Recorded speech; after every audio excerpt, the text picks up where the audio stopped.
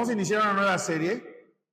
Esta serie se llama así, es una carta de mi padre. Hace muchos años la vimos aquí en la iglesia. Se llama así, una carta de mi padre, de escuela dominical. Y vamos a estar estudiando 1 de Timoteo, 2 de Timoteo y Tito. Probablemente salgamos el año porque está muy largo. Es uno de los libros que nunca lo había estudiado como lo estudié esta vez. Lo había estudiado en la escuela dominical cuando yo tenía 17 años, por ahí así. 1 de Timoteo, 2 de Timoteo y Tito. Así se llama, una carta de mi padre. Entonces, hace años yo lo estudié junto con otros jóvenes que hoy ya son adultos. Y fue sorprendente cuando estuve leyendo, estudiando, pero ahora ya es diferente. Ya es diferente. Los varones que están en el grupo de teología, ya tienen el marco, el bosquejo para poder estudiar 1 de Timoteo. Estas cartas son muy interesantes porque esta carta que se da a 1 de Timoteo, o a Timoteo, mejor dicho, se le da el apóstol Pablo. Pero en esta carta nosotros podríamos pensar y decir, bueno, es de que esta carta es específicamente pues para alguien personal. Es alguien personal. Pablo se le manda a alguien personal, no es como, pues es para la iglesia de Éfeso, o es para la iglesia de Tiatira, o así. No. Para alguien personal. Pero también es para toda la iglesia. Muchas veces, en esa época, cuando se mandaba una carta al apóstol Pablo, y lo van a leer, lo van a ver, porque se lleva su lectura bíblica, es de que se mandaba la carta y decía, ahora regrésala a otra iglesia. Y la regresaban a otra iglesia y sucesivamente la iban pasando. Porque no había copias, no había Biblia. ¿Sale? Pero antes de entrar de lleno vamos a ver una pequeña parte de quién es Timoteo. Timoteo, su nombre significa el que adora a Dios, más en concreto, el que adora a Dios. Van a encontrar otros pequeños significados parecidos, pero esa es la referencia. Es una epístola pastoral, ¿sí? Es una epístola pastoral. Además de eso, ustedes van a encontrar ahora sus Biblias, y nos vamos viendo varios textos bíblicos para que no nos vayamos en vacío. ¿Sí? Vamos a ver sus Biblias en 1 de Timoteo capítulo 1, verso 1 en adelante. ¿Sí? ¿Lo tienen? Perfecto. Dice ahí que esta carta fue dirigida precisamente a Timoteo. En el versículo 2 es personal, solamente a Timoteo era, ¿sí? Porque era un encargo para él, ¿sí? Se le iba a dar un encargo. También, si ustedes ven más adelante, pueden buscarlo también en Tito 1:4, también se refiere personal. Pero bueno, aquí lo que vamos a observar que esta carta fue escrita de más o menos 64 a 65 después de Cristo, no antes, después de Cristo. Ya no estaba Jesús, ya Jesús había resucitado, ya esta carta, se dice que esta carta a veces como que no llega a embonar en los hechos de los apóstoles, ¿sí? Pero no hay tanto problema porque Pablo lleva el registro. Ahí mismo, en los versículos que ustedes ahí vayan marcando en 1 de Timoteo, el capítulo 1, verso 3, ahí vamos a observar el lugar donde va a estar Timoteo. ¿Dónde es? En Éfeso, versículo 3. Como te rogué que te quedases en Éfeso. El lugar ya lo tenemos al primero, es el autor, es Pablo. Tenemos el destinatario, ¿quién es? Timoteo. Y luego tenemos el lugar donde va a estar Timoteo. ¿Sí? ¿En qué iglesia vamos a decirlo? Ya de lleno. ¿Sí? El tema principal es el gobierno y el orden en la iglesia local. el gobierno y el orden en la iglesia local. ¿Quién lo va a poner? ¿Quién va a establecer el orden y el gobierno dentro de la iglesia? ¿Cómo se va a colocar? ¿Sí? Y para esto observen lo que dice en sus Biblias. Pablo, apóstol de Jesucristo, por mandato de Dios, nuestro Señor, nuestro Salvador, y del Señor Jesucristo, nuestra esperanza. En la mayoría de las salutaciones, el apóstol Pablo hace referencia a, observen, dice Pablo, apóstol de Jesucristo, por mandato de Dios, nuestro Salvador. ¿Por qué? ¿Por qué lo hace así? Porque no es cualquier persona, no es cualquier apóstol, ¿sí? No, yo soy el apóstol. No es así el apóstol por apóstol, o se nombra apóstol, ¿no? Sino dice ahí que por mandato de Dios, nuestro Salvador. Pregunta, ¿creen que Timoteo no sabía eso? Sí lo sabía, pero tiene que reiterarle, tiene que mostrarle nuevamente a Timoteo por quién se le va a dar la orden, por quién va a recibir la orden. ¿Sale? Entonces, ahí ustedes van a observar, hay una coma y luego sí, y dice, y del Señor Jesucristo, nuestra esperanza. Quiero que le presten mucha atención porque entonces ya esto ya va a cambiar la perspectiva. No solo es personal, sino también de la iglesia. De la iglesia. Entonces, ¿qué observamos ahí? Vamos a observar que Pablo, el apóstol Pablo, ¿sí? Ya da su lugar, da su posición, da lo que realmente es él, lo que Dios le estableció en su vida, y ahora lo que hace es que a raíz de eso él va a transferir, ¿qué? Le va a transferir a Timoteo, simple y sencillamente le va a transferir, ¿qué? ¿Sí saben? ¿No? Va a agarrar y le va a transferir una orden, un mandato, pero ahí, en esa orden y ese mandato va a ir, ¿qué? Un liderazgo, ¿sí? Lleva ahí autoridad, no de cualquier persona, sino que es del apóstol Pablo, porque el apóstol Pablo fue el que habló y el que estuvo trabajando en la iglesia de Éfeso. Él ya no podía ir, ¿sí? Él quería ir, pero no podía, porque en una de tantas lo agarraron y lo pusieron preso en Roma. Entonces, entre los comentaristas todavía hay un poco de discrepancia. Unos dicen que esta carta fue escrita cuando estaba libre, otros dicen que estaba todavía preso, pero bueno, lo más importante es saber que es Pablo el que ordena y manda. ¿Sale? Entonces, ¿qué tenemos aquí? Tenemos versículos claves, el versículo 3 y el versículo 15, para que lo vayan anotando, del capítulo 1, versículo 3, perdón, y en el capítulo 3, verso 15. Ya me estaba leyendo. Van a encontrar dentro de este libro la palabra doctrina. Y se lo estoy diciendo para que cuando tengamos el estudio, ustedes van a observar que la palabra doctrina va a ser fundamental. Se repite 8 veces la palabra doctrina y es lo que vemos nosotros aquí en la iglesia. ¿Sí? Aquí en la iglesia tenemos doctrinas fundamentales. La doctrina fundamental, ¿cuál es? Es que Jesús es Dios, el Espíritu Santo es Dios, el Padre es Dios. Son doctrinas fundamentales. Si hay un sesgo en esta doctrina, en esta enseñanza, hay problemas con respecto a la salvación. ¿Sí? Si la doctrina del bautismo se conoce así, la doctrina del bautismo salva, es un sesgo. El bautismo no salva. ¿Sí? No salva a nadie. Entonces, eso es doctrina o enseñanza. Muy bien.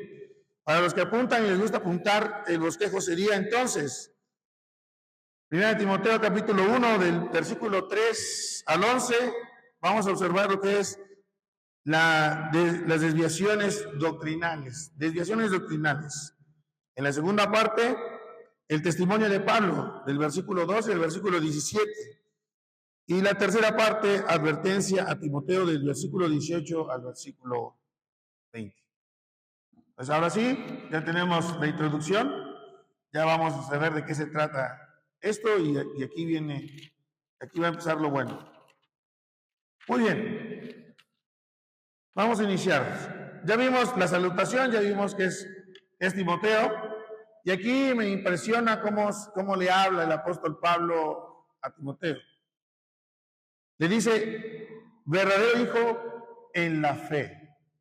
Si hoy les preguntaran, ¿ustedes se sienten verdaderos hijos en la fe? ¿Qué diría yo? ¿Sí? ¿Quién lo diría? ¿Alguien de ustedes lo diría? Hay un contexto. Sí, hay un contexto. Timoteo fue criado por su abuela y su madre. Y tenía a su padre que era griego. Pero su madre y su abuela se ocuparon específicamente en él. Pero no por ocuparse específicamente en él significa que él ya era maduro espiritualmente o que él ya, bueno, ahora sí ya puedo hacer lo que yo quiera. No, él tenía conocimiento de la escritura del Antiguo Testamento y cuando conoce a Pablo, él cree en Jesucristo y entonces se queda con Pablo. En varias ocasiones lo vamos a ver en Hechos de los Apóstoles que va con él y lo conoce. Tan es ese caminar es que Pablo le puede decir verdadero hijo en la fe. Pablo se dio cuenta que había creído en Jesucristo como Señor y Salvador. Hay evidencias de que daba Timoteo. Y luego sigue diciendo, misericordia y paz de Dios nuestro Padre y de Cristo Jesús nuestro Señor. Y ahí combina dos palabras, pero no quiero tardarle mucho tiempo porque vamos a ir viendo los demás versículos. Esta parte solamente es la introducción. Aquí combina dos partes. Pablo usa la palabra shalom, está traducida al español, dice paz, shalom, le habla a Timoteo y Timoteo puede reconocerlo. Y pueden observar cómo Timoteo ahora va a tener una posición. En el versículo 3, lo que vamos a observar ya de lleno es que cada uno de nosotros que vivimos en el mundo, cada uno de nosotros, siempre vamos a tener y siempre vamos a enfrentarnos a diferentes doctrinas. Y con esto que les digo, vamos a tener diferentes encuentros con respecto a las cosmovisiones. Una cosmovisión que es cómo la persona observa a Dios. ¿Cómo es que esta persona adopta a Dios y lo crea a su perspectiva, a lo que ha leído, a lo que ha estudiado, ¿sí? Y a su diario vivir. Por eso es que muchas veces, cuando hablamos acerca de la cosmovisión, se dice que todos tenemos una diferente cosmovisión, una forma diferente de ver a Dios. Pero cuando vamos a la Escritura, solamente existe una sola forma de ver a Dios. Es a través de la Escritura.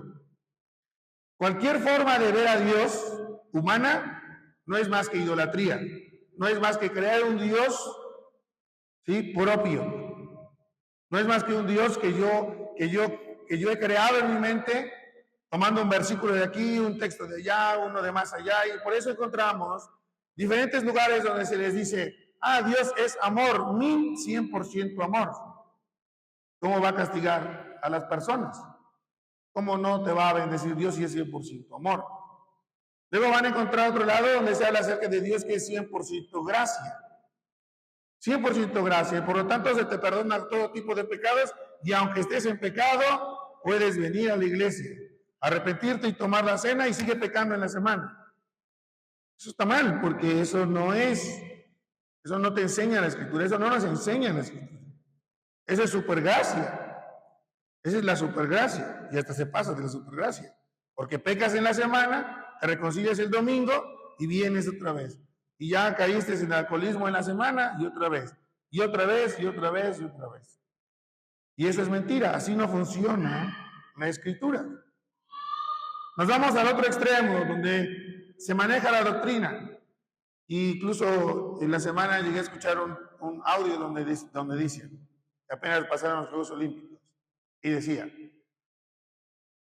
no, la Escritura nos dice que todo lo que declaremos, lo que se diga, se puede hacer mientras se tenga fe. La Escritura nos dice que si tienes fe, le vas a decir a este monte, sí, que se pase al mar y se va a echar al mar.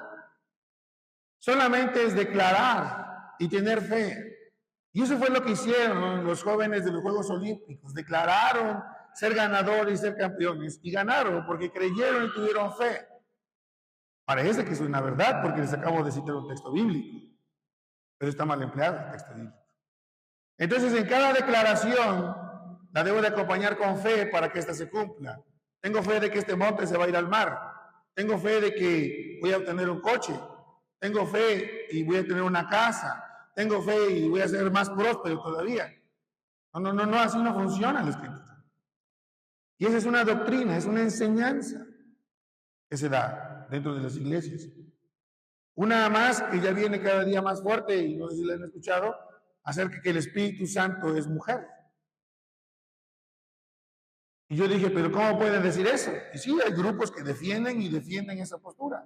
Y son grupos cristianos que creen en Jesús, creen que Jesús es Dios y el Espíritu Santo es Dios y es mujer. ¿Sí? Viene la otra postura. La otra postura es, Dios ya me perdonó y entra en la supergracia. ¿Sí? Tengo mis preferencias sexuales, pero Dios ya me perdonó y yo tengo la libertad de hacer lo que yo quiero. Por lo tanto, soy una mujer encerrada en un cuerpo de un hombre, pero soy lesbiana y me gustan las mujeres. Pero ya Dios ya me perdonó, pero continúan en pecado. Y entonces ahora tienen ministras dentro del púlpito, aquí en el púlpito, porque se sienten hombres y pueden ministrar aquí arriba, porque se sienten hombres. Entonces, como se sienten hombres, por eso es que se vuelve pastor. Y todo eso se ha venido tolerando dentro del Escritura. ¿Por qué razón? Bueno, efectivamente, todo esto venía pasando porque la doctrina, la enseñanza, se tuerce. Y una vez que se tuerce, puede entrar cualquier tipo de pensamiento, cualquier tipo de corriente, ¿sí o no? Si decimos, bueno, es de que nos preguntásemos, los judíos cristianos de esta época, que estábamos hablando en Éfeso, ¿celebraban 15 años? ¿Se han puesto a investigar? No celebraban 15 años. No lo celebraban. No había 15 años. Entonces, ¿por qué lo celebran los cristianos? ¿Celebraban Navidad? Tampoco celebraban Navidad ni tenían arbolito de Navidad. Porque Jesús no nació en diciembre. Estamos hablando de los cristianos en Éfeso. En Éfeso tampoco se celebraban muchas cosas que hoy nosotros celebramos. Y en otros grupos cristianos celebran otras cosas más. Y vamos a celebrar las enramadas del Antiguo Testamento. Vamos a ser más bíblicos. Hay que celebrar las enramadas, hay que celebrar la fiesta de los tabernáculos, hay que celebrar, etcétera, etcétera. Y es un problema. Porque queriendo ser bíblicos, y ahorita lo vamos a ir viendo, se quiebra la doctrina. La quiebra. Porque tiene otro trasfondo. Observen sus Biblias. Y ahora sí dice, como te rogué que te quedases en Éfeso. Pablo está hablando, y le está hablando a Timoteo y le está diciendo, te rogué. La palabra te rogué en español suena como estar insistiendo, ¿no? Pero en realidad, cuando vas al original, es una orden que se le está dando. No una orden normal como la damos aquí nosotros, sino una orden cuando se le da a un soldado. ¿Y qué es lo que sucede? Te estoy diciendo que se haga. ¿Sí? Que vayas, que te quedes en ese lugar. Entonces, ¿qué es lo que sucede? Que el apóstol Pablo lo que hace es decirle que tiene que quedarse en Éfeso. Porque tiene un deber que cumplir. Un deber que cumplir. Y puede sonar para nosotros, bueno, pero ¿cómo, hermano? Pues es de que un deber que cumplir, sí, a cada uno de nosotros tenemos un deber que cumplir. No sé si lo han observado en sus vidas, pero hay un deber que cumplir. Y el primer deber que cumplir para el cristiano es ir y predicar el evangelio. No es que si quieres, puedes, te nace, no, ir y predicar el evangelio. El deber del cristiano. Es un deber del cristiano. Tiene que hacerlo. Tiene que procurar en todos los medios que pueda predicar el evangelio. Bueno, a Timoteo se le dijo que tienes que quedar en Éfeso, porque Pablo veía que había problemas. Y desde hace muchos años atrás, siempre ha habido doctrina torcida. Y ahora sí, ¿qué es lo que sucede entonces? Que ustedes empiezan a observar es de que donde Dios planta el trigo, también va a haber ¿qué? Cizaña. Satanás va a ir y va a plantar la cizaña. Donde existe el bien, Satanás siempre va a interrumpir porque pondrá el mal. Donde Dios trabaja, también va a ir Satanás y va a trabajar. ¿Y qué es lo que está pasando? Que desde hace años atrás, en Jeremías, si ustedes buscan, leen Jeremías, capítulo 23 al 27, los capítulos 23 al 27, ustedes van a encontrar que siempre había problemas. ¿Con quiénes? Con la doctrina, con la falsa enseñanza que se daba. Siempre había problemas con la falsa enseñanza que se daba. Y no nada más ahí, sino que también el Señor nos dio advertencias. El Señor Jesucristo, antes que partiera, dio advertencias de que iba a haber falsos predicadores que iban a dar una falsa doctrina.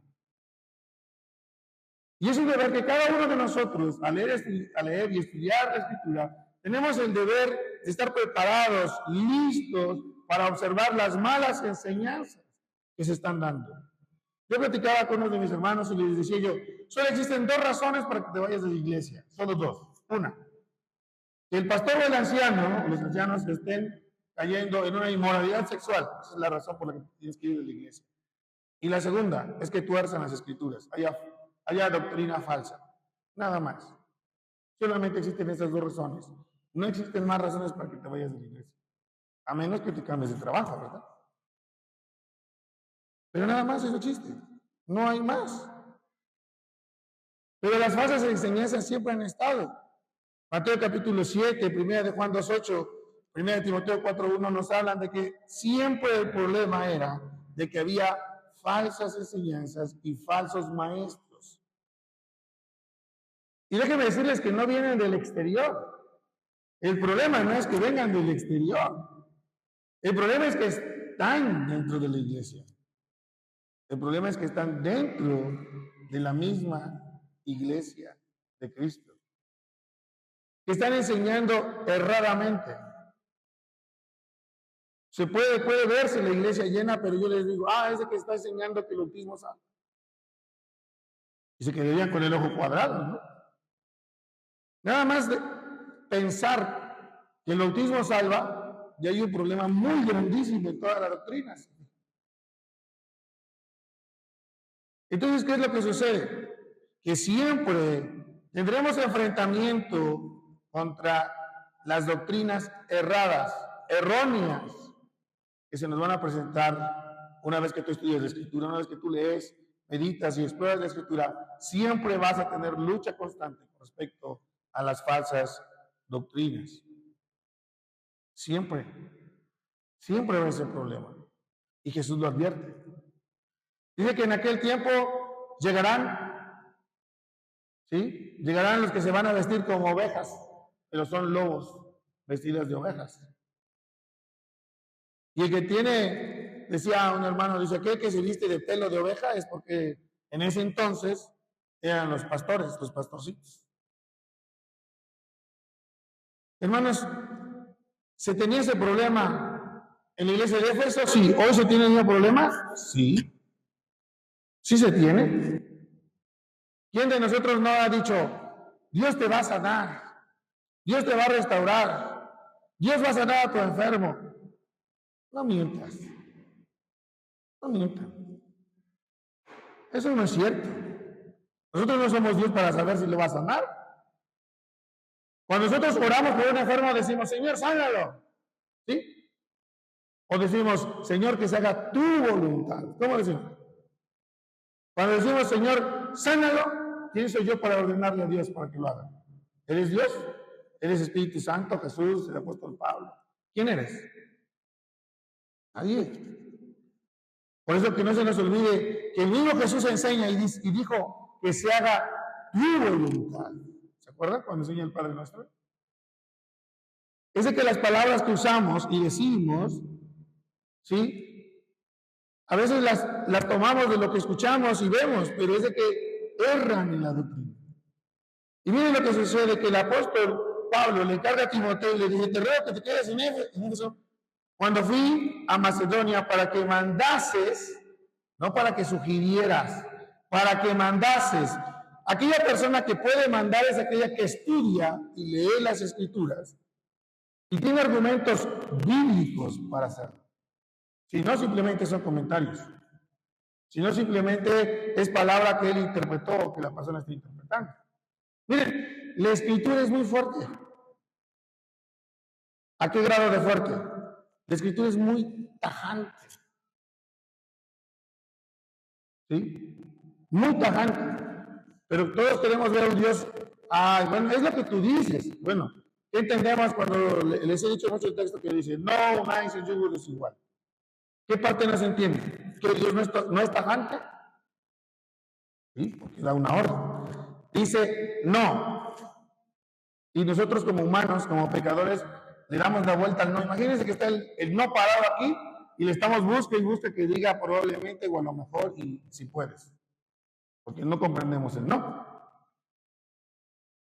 ¿Sí? Pero Dios es así. Cuando dice Dios es no, es no. Cuando dice sí, es sí. Cuando dice espérate, pues espérate.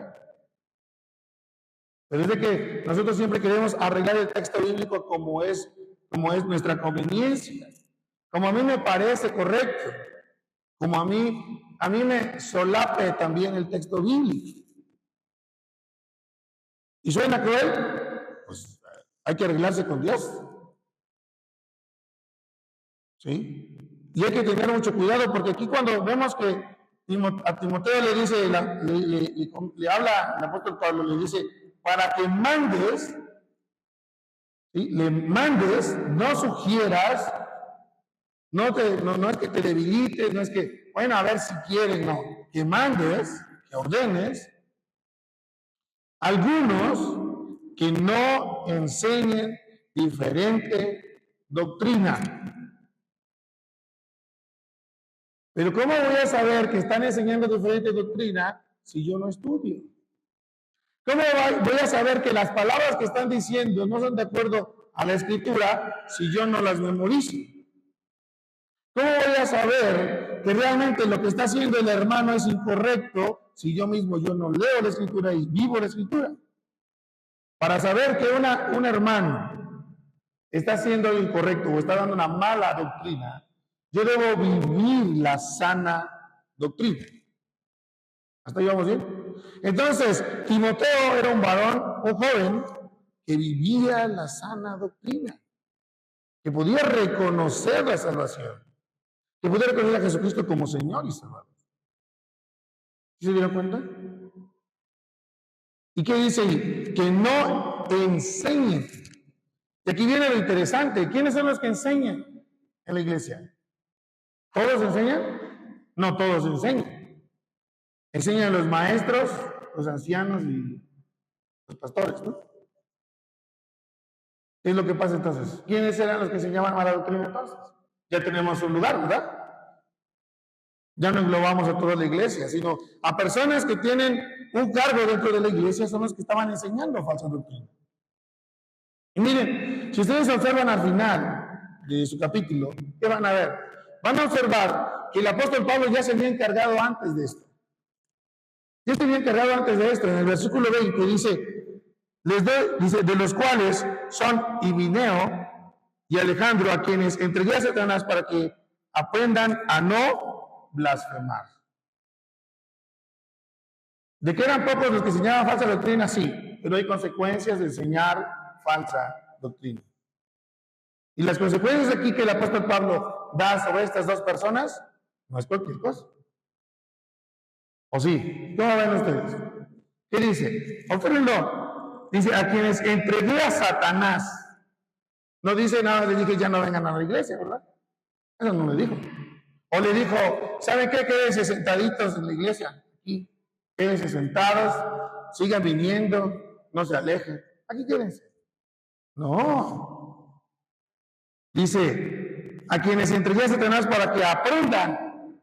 ¿Quién les iba a enseñar? ¿Está bien? Consta que solo estoy leyendo, ni siquiera estamos interpretando, estamos leyendo lo que dice aquí. A quienes entregué a Satanás para que aprendan a no blasfemar. Entonces, se lo voy a traducir al español o al mexicano. En otras palabras, Pablo agarra y le dice, ¿saben qué? Como están enseñando blasfemias, para afuera. Los entrego a Satanás. Hay que les meta una cachetiza. Ya cuando hayan aprendido, entonces ya regresen. Ya que les metió una revolquiza a Satanás allá afuera, ahí ustedes saben. Para que aprendan a no blasfemar. Dice, para que aprendan a no blasfemar. Entonces, ¿qué quieres que te discipline? Aquí está, ¿no? Nada más te lo dejo para que lo pienses bien. ¿Qué es lo que sucede entonces? Hay que saber hablar de acuerdo a las escrituras. Las escrituras son bien específicas, son bien claras. ¿Sí? Y en eso piensa, observa, dice la escritura, nada más un ejemplo. Aquí hay muchas familias, hay un ejemplo para que se lo lleven de tarea. Dice, no airáis a vuestros hijos, que no los hagamos de enojar a vuestros hijos. ¿Qué parte de no entendimos? Dice que no hagamos de enojar a nuestros hijos. Bueno, en vista de que como no entiendes, ¿qué quieres que te discipline? O nos arrodillamos al Señor y pedimos perdón por haber airados a vuestros hijos, hicimos que se enojaran, ¿sí? O queremos que, si seguimos practicando seguimos transversando las escrituras, vamos a tener problemas. Solamente es un ejemplo para que puedan verlo.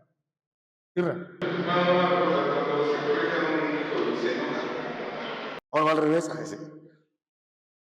Dice la escritura ¿qué nos dice la escritura con respecto como padres hacia nuestros hijos? ¿Qué nos dice? Nosotros como padres hacia nuestros hijos, ¿qué le tenemos que hacer con ellos? ¿Cómo nos dice? ¿Se acuerdan? ¿No se acuerdan? Primero, ¿qué le tenemos que hacer? ¿Pegarle o enseñarle? De acuerdo a la escritura. Primero tenemos que enseñarle, ¿sí? Para que cuando fuera viejo nunca se aparte de la escritura.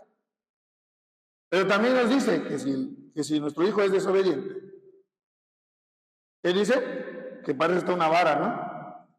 Es más, si van a la librería cristiana, hay unas reglas que venden y trae escrito el texto bíblico ahí.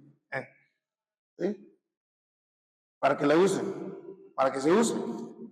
No se va a morir el niño o la niña. Pero si ustedes observan, incluso la pregunta vino con consecuencias.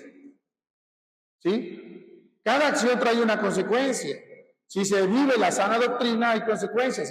Si se vive la mala doctrina o se hace la mala doctrina, hay consecuencias. En una o en otra, en una actúa el Señor y en otra, Dios va a hacer que actúe Satanás, como lo acabamos de ver en este texto bíblico. ¿Sí? Así lo disciplinó, fue la disciplina que el apóstol Pablo les puso a esos dos hombres. Si ustedes observan ahí, vayan ahí en sus Biblias, el capítulo 3 de Timoteo, capítulo 3, pero ahora el verso 2. Voy a estar saltando ahí por partes. Pero es necesario que el obispo sea irreprensible, marido de una sola mujer, sobrio, prudente, decoroso, hospedador. Y ahí me detengo en una palabra. Apto para enseñar. Y la palabra apto para enseñar no debe ser neófito, no debe ignorar las escrituras. No debemos de ignorar las escrituras, hermanos. Los que nos ponemos aquí al frente no debemos de ignorar las escrituras. Bueno, peor tantito en casa. El varón tiene la responsabilidad, a él se le dio la responsabilidad de enseñar en casa. ¿Sí? Él tiene que saber el manejo y teje de las escrituras. Porque cuando se enfrenta a problemas de los adolescentes o el niño en casa, él debe de corregir conforme a las escrituras. No nada más corregir porque sí. Hay de que así me educó mi papá y ¡bola! No, así no funciona. Corrige conforme a las escrituras. Por eso tiene que ser apto, ¿sí? Apto para enseñar. ¿Y saben dónde practicamos más la enseñanza? En casa, con nuestros hijos y con nuestra esposa. Ahí es donde empezamos a practicar lo que aprendemos de la Biblia. Y a mí me llegaba a pasar, ¿no? A veces hasta parece que le caemos gordo a los hijos y a la esposa por tanto que hablamos de la Biblia. Pero no es eso, es que nosotros nos pasamos hablando y diciendo porque tenemos que practicar la escritura. Aptos para enseñar. ¿Sí? Entonces hay que tener mucho cuidado. Va a ser padre cuando estés ahí con tu esposa y estés hablando de la escritura y ya te diga, ya te parece el apóstol Pablo, nada más te la pasas hablando. Eso va a ser muy padre. Entonces ya dices, ahora sí, creo que sí, ya me estoy aprendiendo más, ¿no? Entonces, ¿qué es lo que sucede? Que cada uno de nosotros, los que estamos aquí al frente y los que tenemos una responsabilidad de enseñar, tenemos que ser aptos para enseñar. Pero no cualquier cosa, sino la escritura, la sana doctrina. Y luego el versículo 4 nos enseña que, hablando el apóstol Pablo, dice, ni presten atención a fábulas y a genealogías interminables. Y le agrega, ni presten. ¿Saben? Cuando observan esta palabra de no prestar, muchas veces aquí en mexicano, ¿cómo le dicen? Que lo prestado es hermano de lo regalado, ¿no? Así decimos nosotros. Lo prestado es hermano de lo regalado. Sabes que la llevas de perder. Bueno, quiero que observen esto. Dice, ni prestes atención. Por favor, no ocupen su mente, no presten su mente a ese tipo de enseñanzas que no les van a dejar nada bueno. Es lo que está diciendo. No le prestemos atención a ese tipo de palabrería, esa verborrea, entre comillas, cristiana, porque no te va a dejar nada bueno. No lo va a hacer. No vas a crecer espiritualmente, todo lo contrario. Puede ser que llegues a dudar incluso de tu salvación. Puede ser incluso que puedas decir, bueno, hago buenas obras para que esté yo bien con Dios y Él me dé bendiciones. Así no funciona.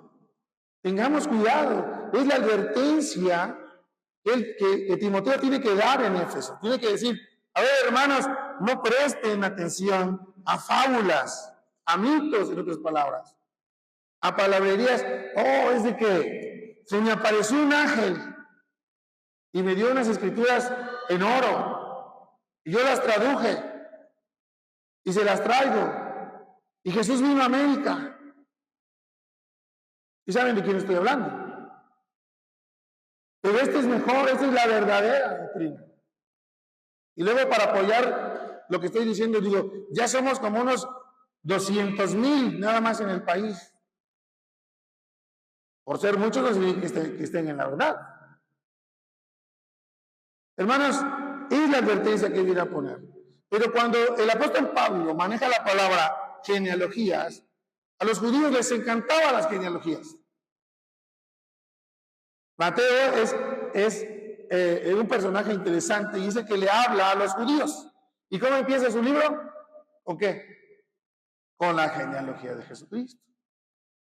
Porque le va a hablar a judíos. A los judíos les encantaba, ¿sí? Les gustaba mucho las genealogías. A ver, ¿de dónde tú vienes? No, pues yo vengo de la familia de los Sánchez. Sí, de los que venden ropa aquí y tienen otro allá y vienen de hasta allá. Ándale, esos meros. Y luego le preguntas, ¿y tu apellido cuál es? ¿Qué te dice? No eres de aquí. Vienes de otro estado porque aquí no había ese apellido, no hay aquí. ¿Sí? No eres orundio de Tecamachalco. Eres de otro lado, pero de aquí no eres. ¿Quién era tu abuelito? No, pues. ¿Y tu bisabuelito? No, pues fulano. Sí, ya sé quién eres. Y más si platican con los abuelitos, les van a decir. ¿Sí? ¿Por qué les gustan las genealogías? Bueno, allá con los judíos también les gustaba la genealogía. Y Pablo tenía genealogía. Búsquenlo. Pablo tenía su genealogía. A Jesús se le muestra la genealogía para demostrarle a los judíos, porque como les gustaba, demostrar que Jesús era el rey de los judíos. Que a él le pertenecía el trono. Ahora, si ustedes observan, lo que es el apóstol Pablo le está diciendo es que dentro de la iglesia también había cristianos que eran judíos. Imagínense aquí tener un cristiano judío. ¿Cuántas cosas no nos podría enseñar, ¿no? Ya creyente. Solo habría que tener cuidado porque puede torcer las escrituras. ¿Sí? Hoy en día si un cristiano, un judío cristiano, a él le va a costar mucho trabajo comer puerco, porque él no come puerco, nunca en su vida ha comido puerco. Ahorita que es cristiano, pues tampoco va a comer, no por ser cristiano. Aunque él le tienda la gracia, la misericordia. Y es lo que estaba pasando aquí, hermanos. Que había momentos donde se torcían las escrituras. Y luego le agrega la palabra interminables. ¿De qué tamaño tiene que ser el velo? ¿De qué tamaño tiene que ir la falda? Un ejemplo para que lo vean. Hasta el tobillo, a la rodilla, a media pierna, a un cuarto de pierna, a 3/4 del tobillo, las mangas de 3/4. Y así empiezan a agregar y agregar, y el velo que llegue hasta el suelo. Bueno, no, que sea una chalupa.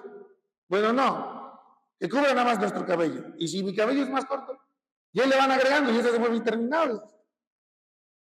¿Acaso el velo les da más santidad? ¿El velo les da más santidad? No les da más santidad. Y eso ya lo vimos en la reunión de mujeres, ¿se acuerdan? Pues no. El apóstol Pablo era muy claro y muy concreto. Le decía, sigo leyendo que dice que acarrean disputas, y es verdad, se los acabo de mostrar ahorita. Acarrean disputas, más bien que edificación de Dios, que es por fe. Así encargo ahora. ¿Por qué tienen el problema de lo que es el velo, las fiestas, el pan sin levadura, que sea vino, que tenga un grado de alcohol, etcétera, etcétera? ¿Por qué tienen ese problema? Que hay que celebrar los tabernáculos, etcétera. No, ya no se puede hacer eso, porque trae disputas, trae contiendas, se tuerce la escritura. Y dice ahí, y subrayen, dice que más bien que edificación de Dios, que es por fe. Cuando habla acerca de edificación de Dios, habla acerca del plan de salvación. En lugar de que estemos hablando, en este entonces no teníamos Romanos, Corintios, no tenemos Apocalipsis, no tenemos el Nuevo Testamento, no lo tenemos, es la primera carta, imagínense, que le llegó a Timoteo de parte de Pablo. Y apenas van a empezar a juntarse las cartas para que se forme el Nuevo Testamento que tenemos hoy en día. Entonces, por esa razón, tenía que predicarse el Evangelio mucho más. Tenía que hablarse de que Jesús vino, caminó entre nosotros, murió y resucitó al tercer día. De eso tenía que hablarse. Y de eso se tenía que edificar la iglesia. Pero no se hacía porque era más importante la tradición. Se volvía más importante que hablar acerca de la genealogía. Hoy en las iglesias es lo mismo, o parecido. Le damos más importancia a lo que está alrededor que al sustento que es Cristo, que es su palabra, que es la esencia. ¿De qué me sirve que pase el predicador y hable de sí mismo y de sus complejos y de lo que Dios hizo? Cuando si se expone la Escritura, si se habla de Jesucristo, si se habla de sus maravillas, su grandeza y su poderío, es más edificante, cambia las vidas, transforma tu vida. Es más, ¿qué les parecería el título de que Dios sigue removiendo piedras? Un buen título para predicación, pero el hermano, en lugar de hablar de un buen sustento bíblico, les empieza a hablar de que el templo se cayó y de historia y de edificación. ¿Dónde está la edificación? Cuando en realidad Dios sí sigue cambiando personas, las sigue transformando. Vean lo que pasa entonces. Y aquí ustedes van a observar que solamente existen dos tipos de religiones. Dos tipos de religiones. La religión te dice que qué debes de hacer y hacer para ganar. Y la religión por gracia. Solo por gracia.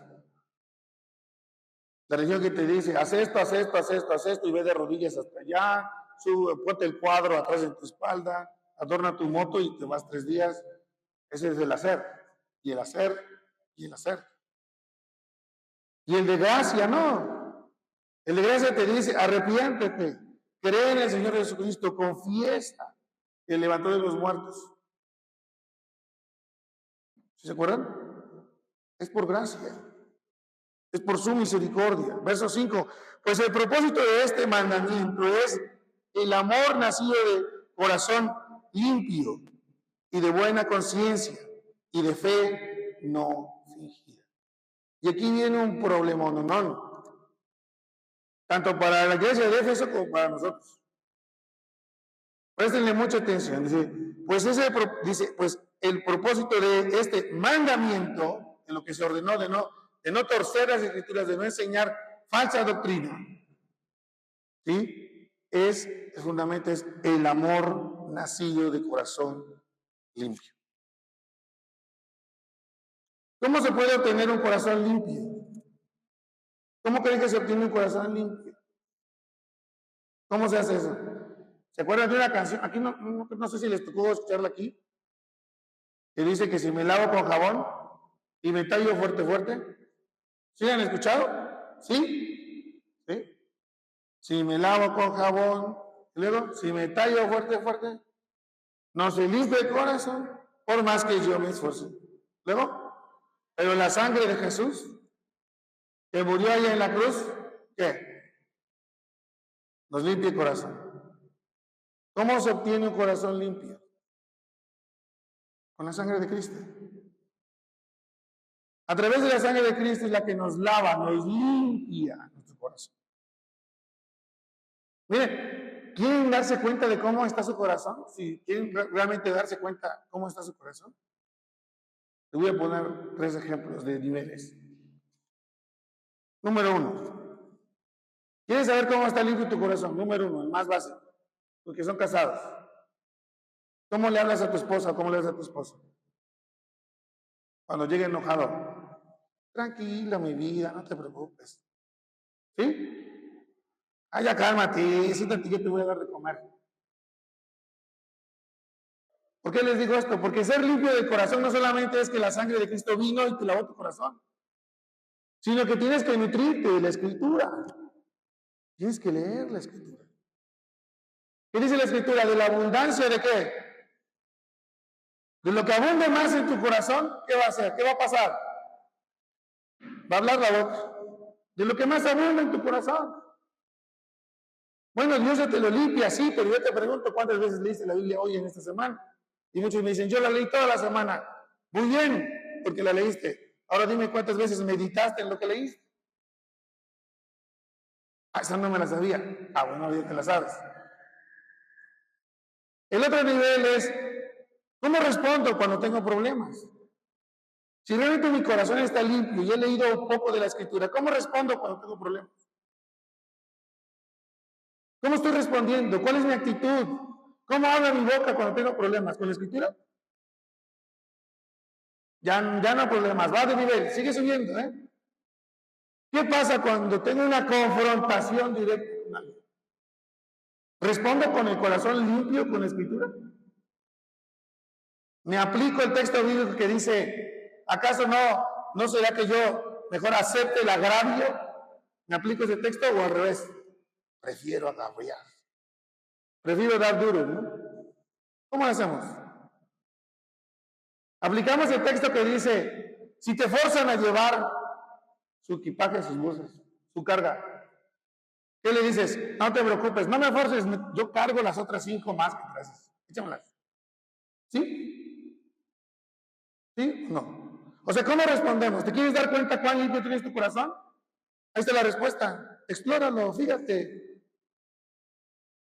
Observa cómo está tu corazón. Observa cómo ha respondido toda la semana. Y enuméralo del 1 al 10. Y te vas a dar cuenta cuán limpio está tu corazón. Yo cuando tenía un alumno que le gustaba decir muchas groserías, le dije, te voy a dar esta libreta. Todos los días vas a anotar las groserías que dices. Todos los días. Y cuando llegue a tu estudio, cuando vengas conmigo, traes la libreta y la vamos a revisar. Y ya cuando trae la libreta del guión, ¿y cuántas escribiste? No, pues ni una. ¿Y por qué? Pues me dio vergüenza. ¿Cómo que te dio vergüenza? Sí, me dio vergüenza que esté en la leyera. ¿Y qué piensas, que no las conozco? ¿Qué? No, es que sí me dio vergüenza.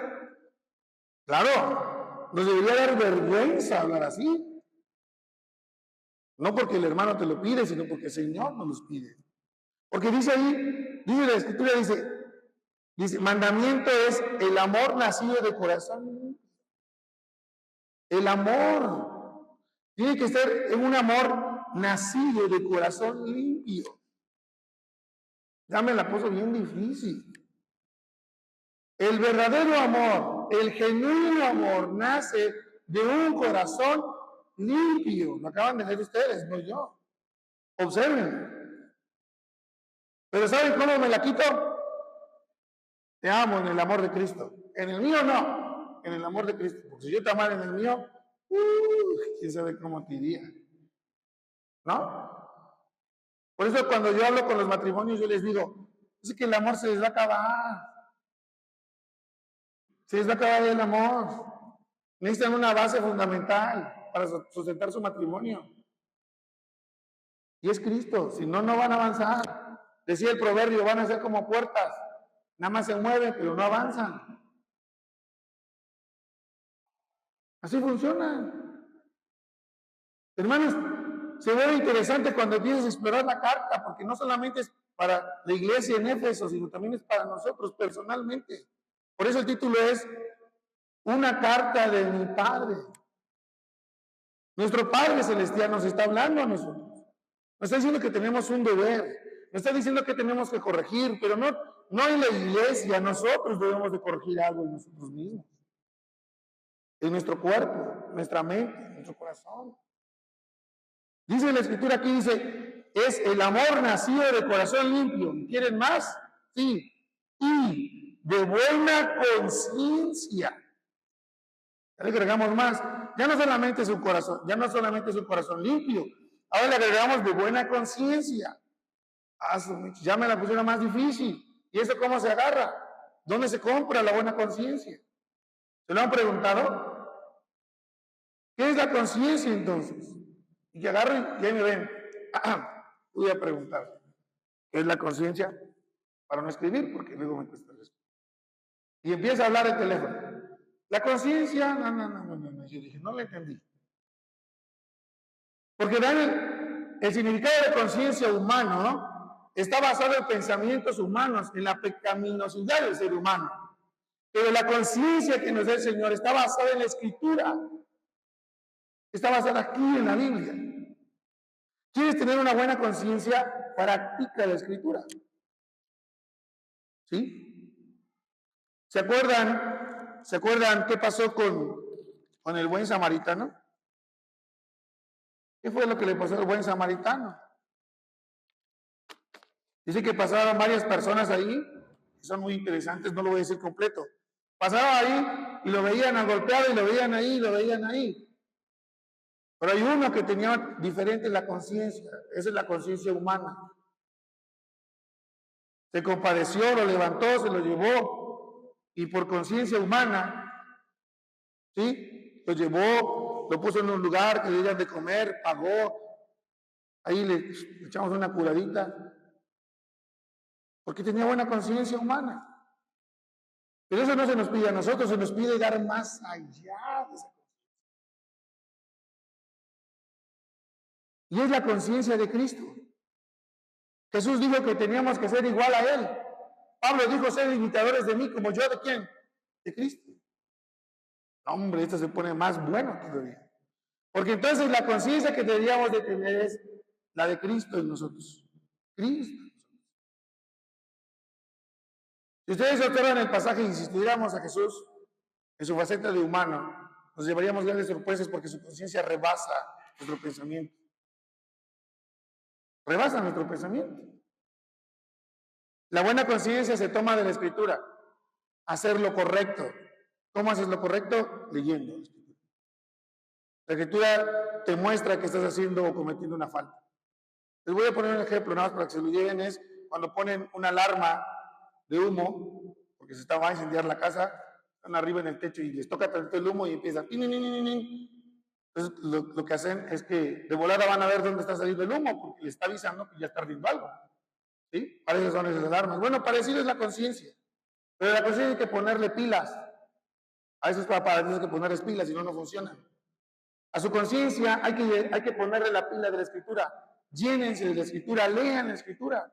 Para que cuando cometamos un pecado, la misma Escritura que está en nosotros nos diga, oye, estás haciendo algo incorrecto, estás haciendo algo mal. ¿Sí? Y ya para agregarle de pilón, la cereza del pastel es, y de fe no fingida. Hace la mano, ¿quién tiene fe? ¿Fingida? ¿No? ¿Quién tiene fe fingida? ¿No les gustaría hacer la mano? No. ¿Cómo saben que tienen fe fingida? A ver, ¿cómo saben que no tienen que tienen una verdadera fe? Ya se los dije hace ratito. El Señor nos muestra. ¿Cómo? A través de la Escritura. Tu respuesta, tu reacción, la forma en que evalúas a través de la Escritura la situación en la que vives. Cuando tú has creído en Jesucristo como Señor y Salvador, el Espíritu Santo viene con el paquete de ¿qué? El don del Espíritu Santo. Todos no lo sabemos, gozo, paz, paciencia y bondad. ¿Qué es lo que sucede? Que hay que ponerlos en práctica. Pero necesitas leer la Escritura, por si no, no sabemos poner en práctica la paciencia. No sabemos poner en práctica ¿qué? El amor, la bondad, la mansedumbre, no lo podemos poner en práctica, porque no lo conocemos. ¿Cómo podré en práctica algo que no conozco? Eso es lo que se le pide que haga Timoteo dentro de la iglesia. ¿Saben lo que le va a costar? Le va a costar mucho. Por consecuencia, si esto pide que se haga en la iglesia, ¿qué creen que es la consecuencia? Que Timoteo tiene que vivirlo. Tú nos pides esto, pero tú también tienes que vivirlo. Ahora nos pusieron la vara más grande a los que enseñamos. Tú me pides esto, pero tú tienes que vivirlo. Recuerden que no estaba en el Nuevo Testamento. Vean, ¿qué sigue diciendo entonces? Que cuando nosotros observamos el amor, es un deseo que siempre ha estado en el ser humano desde el Antiguo Testamento. En los Salmos, David deseaba y quería el amor del Señor. Quería que estuviera ese amor. Tener ese amor. Hoy tú tienes ese amor. Hoy tenemos y gozamos de ese amor. Si has creído a Jesucristo como Señor y Salvador, tú lo tienes. ¿Sí? Y observa lo que dice, de las cuales cosas, desviándose algunos, se apartaron a vana palabrería. Es de que ahora ya les lavaron el oído. Sí. Es bueno tener la limpieza, un corazón limpio, pero haz esto. ¿Sí? Pero haz lo otro. Buena conciencia, sí, pero haz esto. Y empieza a ver ¿sí? Una torcedura de todo lo escrito. Todo lo que está escrito. ¿Sí? ¿Qué significa para nosotros desviándose? Que ya no le pega al blanco, que ya erra en el blanco, y ya no le estás pegando al centro. Eso significa desviarse. ¿Sí o no? Lo usan mucho cuando está la flecha y hace que se desvió. Los que viajamos mucho en el autobús, es que se desvió el autobús porque hubo un choque. Se desvió. ¿Sí? Ya no me va a dejar ahí en la parada, ahora me va a dejar un poco más allá, porque se desvió. Eso es lo que pasa en nuestras vidas cuando nosotros escuchamos falsas doctrinas, falsas enseñanzas. Hacemos caso de aquellos que se dicen apóstoles o pastores y están enseñando una falsa doctrina. ¿Sí? Están enseñando algo errado dentro de las escrituras. Es más, hasta te citan el texto bíblico. Yo aquí el domingo también lo voy a citar porque veo que las ofrendas andan muy bajas. Les voy a decir, traed los diezmos al alfolí. Y luego les leo uno de un profeta menor y les voy a decir, ¿por qué le robas al Señor? ¿No? Así para que echen más dinero a la bolsita. ¿Ven cómo sí se escucha? Los textos están ahí, sí, pero están torcidos. Están muy torcidos. ¿Sale? Están muy torcidos. Prestemos atención cuando nosotros escuchamos hablar a alguien. ¿Sí? Alguien que se dice maestro, líder, etcétera. escúchenlo hablar. Para que todos escuchen necesitan leer y estudiar las Escrituras. Si no, es lo mismo, es igual. Y observen que dice, versículo 7, queriendo ser doctores de la ley, sin entender ni lo que hablan ni lo que afirman. No, pues ya se puso más complicada la cosa. Ahora ya resulta que está enfrente y ya se cree el sabio, el sabelo todo. Y ese es un problema. Y aún aunque no está arriba, si tú estás abajo y piensas que te sabes la Biblia de cabo a rabo, ten cuidado porque puedes caer en este punto. Llegar a torcer las Escrituras. Ten mucho cuidado. Pensar que lo sé todo y decir, sí, esto lo dice. Ten cuidado. Yo al menos, yo les he dicho a mis hermanos y les he compartido, yo respeto mucho Apocalipsis. Yo sí lo respeto muchísimo porque me cuesta mucho trabajo. Porque no quiero errar. No quiero fallar al Señor. ¿Sí? No sé cuántos de ustedes les gusta Apocalipsis, pero a menos yo sí mantengo mi cierta distancia porque sí es de meditarse. ¿Por qué? Porque hay momentos donde debes de saber tu posición, que no vas a dar más allá. Hay que reconocer que no lo sabemos todo. Hay que reconocer que no por leer la Escritura, ya ahora eres un erudito. Eso es mentira, es falso. ¿Sí? Es falso. Entonces estos hombres, estas personas que tenían un cargo en la iglesia, creyéndose doctores de la ley, ¿sí? Sin entender ni lo que hablaban ni lo que afirmaban. Ahora ya vamos a afirmar lo que dice. Pero sabemos que la ley es buena, sino si uno la usa legítimamente. Nosotros la usamos legítimamente, claro que la usamos legítimamente. ¿Cuándo? Cuando predicamos el Evangelio. La persona tiene que estar parada frente a los 10 mandamientos para hablarles de la ley y darse cuenta de su condición, de nuestra condición. Eso es usarla legítimamente. Es que la ley la uso para sacar dinero, para mantenerlos dentro de la iglesia, para que no le digan nada al pastor o al anciano. Cuidadito y me dicen algo porque el texto dice que habrá maldición sobre aquel que hable, diga, murmure sobre las autoridades de la iglesia. Si no leí el texto. ¿Sí? ¿Sí lo dice así? Sí, lo dice así. ¿O no lo dice así? Ya están dudando, ¿no? Pero sí lo dice. La cosa es la aplicación. La cosa es la torcedera que se le da. Porque entonces ya ahí viene un problema. Creyéndose ser doctores, ya afirman cosas que no son ciertas. Dice la Escritura que realmente la ley es muy buena, pero que se debe de usar correctamente dentro de nuestras vidas. Hablando personalmente, usemos la ley en nosotros mismos. Veamos cuántas veces pecamos. Veamos cuántas veces violamos la Escritura. Para eso es la ley. Párate al espejo y dite a ti mismo cuántas veces he violado los 10 mandamientos. Y arrodíllate delante del Señor y pídele perdón. Pidamos perdón por cuántas veces hemos violado la Escritura. Somos santos por imputación, pero somos santos porque Jesús murió por nosotros y tenemos el Espíritu Santo, por eso somos santos. Tenemos esa santidad. Hablando humanamente no somos santos. Nosotros no somos santos, ni yo soy santo. Yo no soy perfecto y nunca lo seré hasta que esté delante de la presencia de Dios. Ni ustedes tampoco. ¿Sí?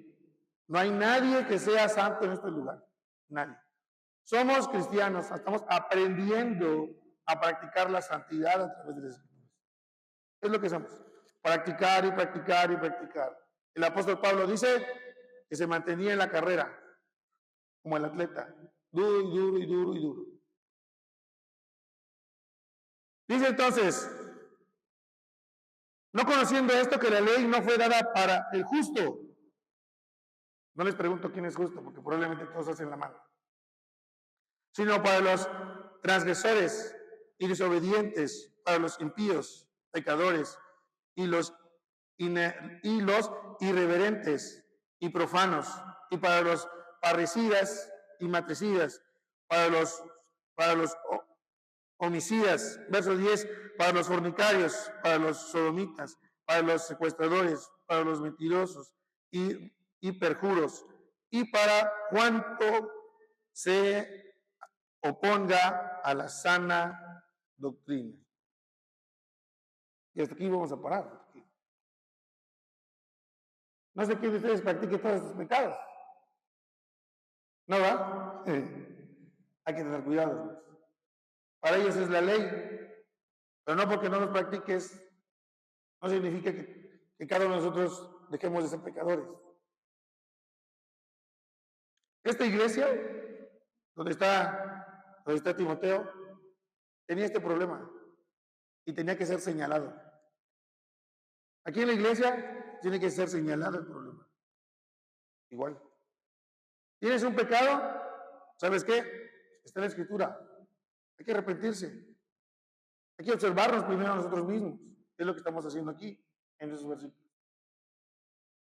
Cierro con el versículo 11. Según el glorioso evangelio de Dios, del Dios bendito, que a mí me ha sido encomendado. Está hablando el apóstol Pablo. Hermanos, hay una encomienda que dejó el apóstol Pablo a Timoteo. Hay una encomienda que a cada uno de nosotros se nos fue dada. Vivamos el verdadero evangelio. Vivamos un evangelio sano. Vivamos la sana doctrina. Analicémonos primero nosotros. ¿Qué dice la Escritura? Primero hay que ver la viga que tenemos en nuestro ojo y luego veremos la paja del otro. Si no, no voy a poder. ¿Sí? Hagámoslo, practiquémoslo nosotros mismos. Y no solo eso. La Biblia Escritura en Proverbios que nos dice que no seamos como el perezoso. ¿Sí se acuerdan? ¿Qué dice del perezoso? ¿Alguien se acuerda? Ya lo están practicando, me van a decir. Qué pereza contestar. No, hermanos, practiquemos. El perezoso ahí se queda, ahí se queda, ahí se queda. Me acuerdo mucho de una caricatura que vi. Estaba un perezoso ahí en el escritorio y llega un conejito, una liebre, y la liebre quiere las cosas rápido porque las liebres son muy rápidas y el perezoso está así. Hola. Porque es perezoso, ¿no? Y el conejito ya no aguanta, ya no aguanta. Porque quiere las cosas rápido. ¿En qué le puedo servir? Hermanos, no vivamos la vida lenta. El Señor viene pronto. El Señor viene pronto. El Señor viene por su iglesia. Yo no quiero que el Señor me encuentre solo saludando. Yo quiero que me encuentre el Señor sirviendo. Yo quiero que el Señor me encuentre predicando, hablando del Evangelio, sirviendo en cualquier área que me haya puesto el Señor. Si el Señor viene hoy y te toma en alabanza, que te encuentre genuinamente alabando al Señor. No solo de labios. Que te encuentre adorando al Señor, ¿sí? De espíritu, con un espíritu genuino, de verdad. No lo permitas en tu vida. Que el Señor te encuentre, el Señor vino de arrebatamiento y le estaba aventando el plato a mi marido que traje. No es que vino el Señor y estaba yo trompudo con mi señora. ¿Quieres que venga el Señor así por ti? ¿Te gustaría que viniera el Señor así por ti? Es más, ¿te gustaría, ya no que venga, que el Señor te llame a mandar cuentas en ese momento?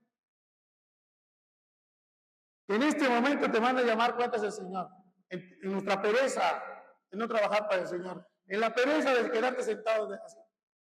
Les decía yo a un hermano, platicando con un hermano, yo sé que la iglesia es como en el partido de fútbol. Hay hermanos que están en la banca y hay hermanos que están jugando. Y hay hermanos que están calentando, esperando a ver que ya me toca mi turno. Están calentando. Y van con el árbitro. Ya hace el cambio, que ya me toca a mí. Y sigue calentando. Pero hay hermanos que tienen el uniforme, pero tienen la casaca. Y están sentados. ¿Ya los vieron en el fútbol? A los que les gusta el fútbol, está bien chido, porque yo luego he visto por pedacitos, no me gusta. Y veo, y la cámara pasa por la banca. Pasa por la banca y los veo ahí, estirando. Unos se están rascando. Otros están así comiendo un chicle y está. Como si la vida no les pasara. Ay, que jueguen ellos, ya aquí los veo. Yo estoy en la banca. Solo le pido al Señor que a nadie nos agarre en la banca. A nadie nos agarre en la banca. ¿Sí, hermanos? Tengamos cuidado. No vivan la vida como la del perezoso. Disfruten de lo que Dios les ha dado. Vivan el Evangelio. Dice la Escritura, y les doy el último pasaje y nos vamos. Vivan el amor nacido de corazón limpio y de buena conciencia y de fe no fingida. No se lo pierdan la segunda parte porque no terminé. No se pierdan la segunda parte. Nos vemos de aquí 8 días a la misma hora, en el mismo canal, con el mismo servidor. No se lo pierdan. Mientras el Señor no venga, aquí estaremos hablando de lo que el Señor ha hecho en nuestras vidas y lo que sigue haciendo a través de